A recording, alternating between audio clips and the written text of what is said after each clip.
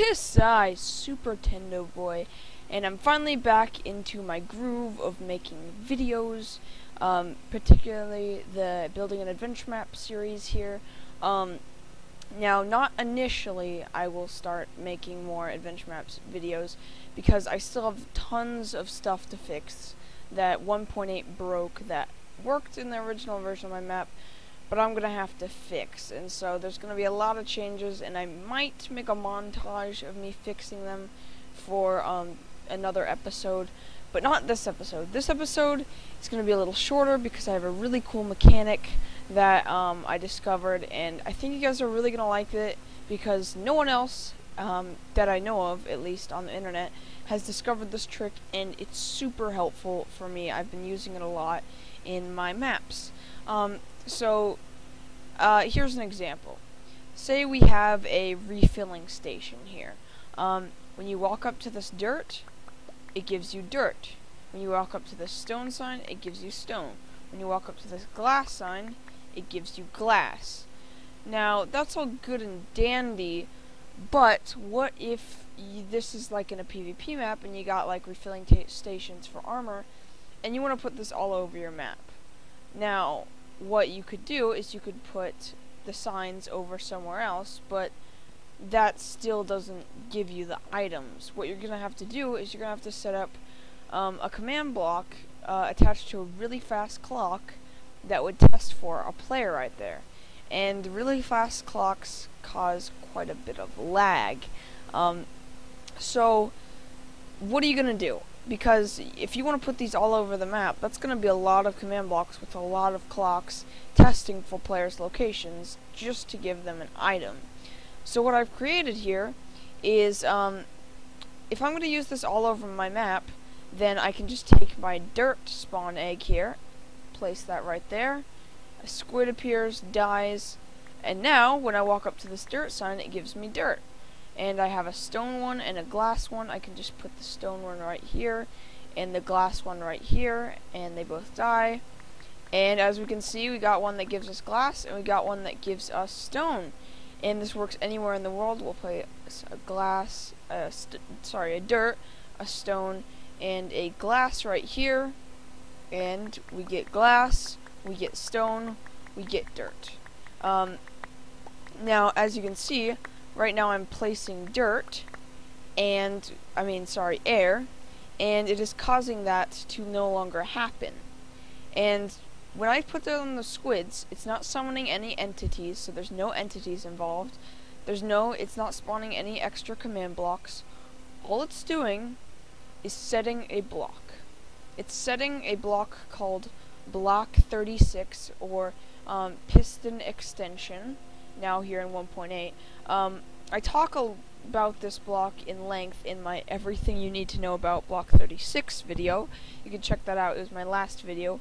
And so this is a block that, as of 1.8, has no hitbox, has no way to detect it, and, well, it's just kind of an undetectable block in general.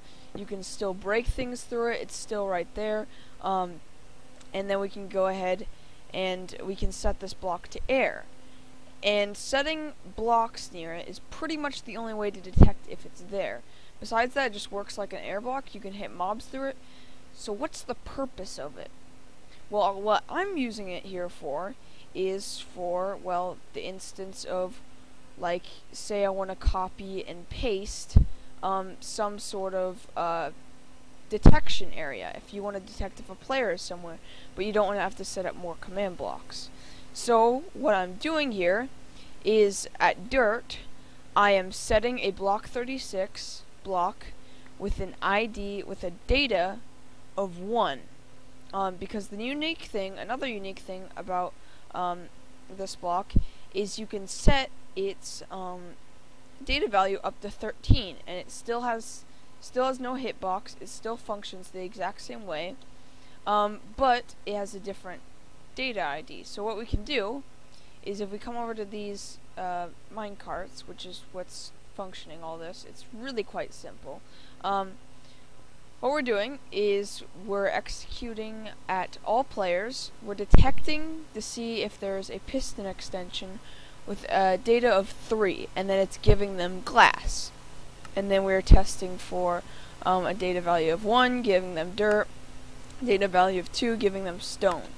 So whenever a player is standing inside a block 36 block that has the proper data value, it will give it to them. And so technically you could set up 13 of these. But running the command set block piston extension is decently easy, but if you're setting up these all over the place and constantly exiting your world, you're probably going to want a quicker way. So what you can do is you can make spawn eggs with any mob, preferably like a mob that you can set as silent or have no AI, or just for this quick demonstration, squids. And so what we're doing here is we're executing on all mobs or entities named dirt, and then they're just setting piston extension to 1, and at that same time they are getting killed by these minecarts here.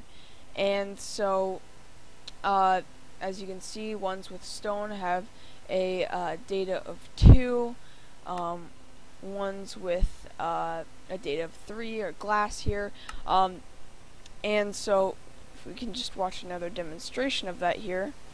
The squid spawns, the block is set, and then it dies, and that block's still there, and then it gives me dirt. And you don't just have to use this for refilling stations. What I'm probably going to use it for is doors that automatically open. What I can do is I can just make one right here that opens all doors within this area. So whenever it detects a player in it, it just opens all nearby doors. And so I can copy and paste that in front of every door, and it's as simple as that. I don't have to set up a bunch of command blocks. It stays super compact, and you guys can use this exact design, but I will warn you, some of the entities it will not work on for some reason, just because of the UUIDs, such as dirt here. Dirt, I can't just kill it right away like this.